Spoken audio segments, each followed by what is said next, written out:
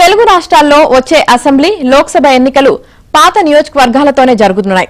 ఎందుకంటే నియోజకవర్గాల పునర్విభజనకు జనగణన ప్రక్రియ ప్రధాన అవరోధంగా నిలుస్తుంది.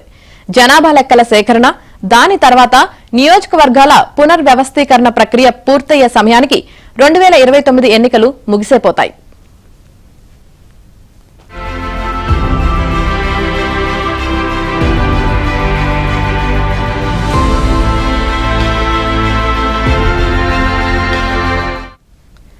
జనగణన ఆధారంగానే నియోజకవర్గాల పునర్విభజన జరగాలని విభజన చట్టంలో ఎక్కడా లేదని, ప్రజల సౌకర్యం, పాలనా సౌలభ్యం, భౌగోళిక సమస్యలు తలెత్తకుండా మాత్రమే పునర్విభజన జరగాలని అందులో ఎన్నికల కమిషన్ కి నిర్దేశించారని వాదిస్తూ వచ్చాయి.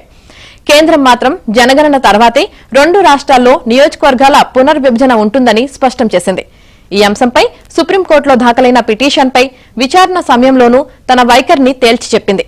జనగణన తర్వాత ఏపీ, తెలంగాణలో నియోజకవర్గాలు పెంచుకోవచ్చని కోర్టుకు నివేదించింది.